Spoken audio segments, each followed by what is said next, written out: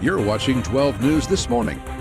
Happening today, hundreds of workers at Wichita's Spirit AeroSystems begin a 21-day furlough. It is the result of an ongoing strike nearly 2,000 miles away from the air capital.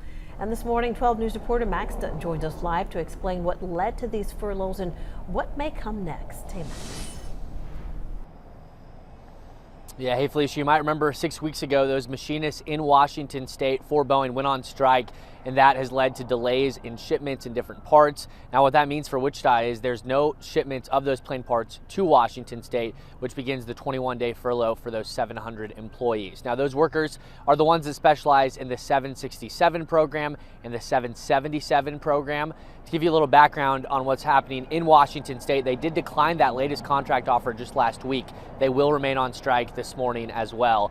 Now, Spirit AeroSystems says if the strike continues beyond November, they will have to consider additional furloughs and even layoffs. Dr. Larry Straub is an associate professor of management at Newman University.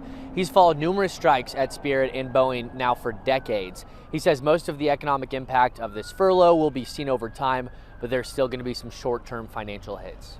There's going to be some immediate impacts just in the fact that, you know, as soon as somebody knows their income stream is kind of pinched off and is shut off, that has an immediate psychological effect, and it's going to have a psychological effect on individuals, on families.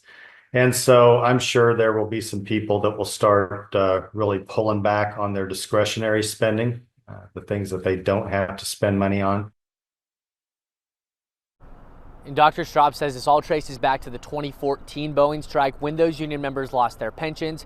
He believes a lot of the union here are holding out for those pensions. That's why they keep declining these contract offers. But Boeing has publicly said that the pensions are a non-starter for union workers. We'll update you when those negotiations resume right here on 12 News. Guys.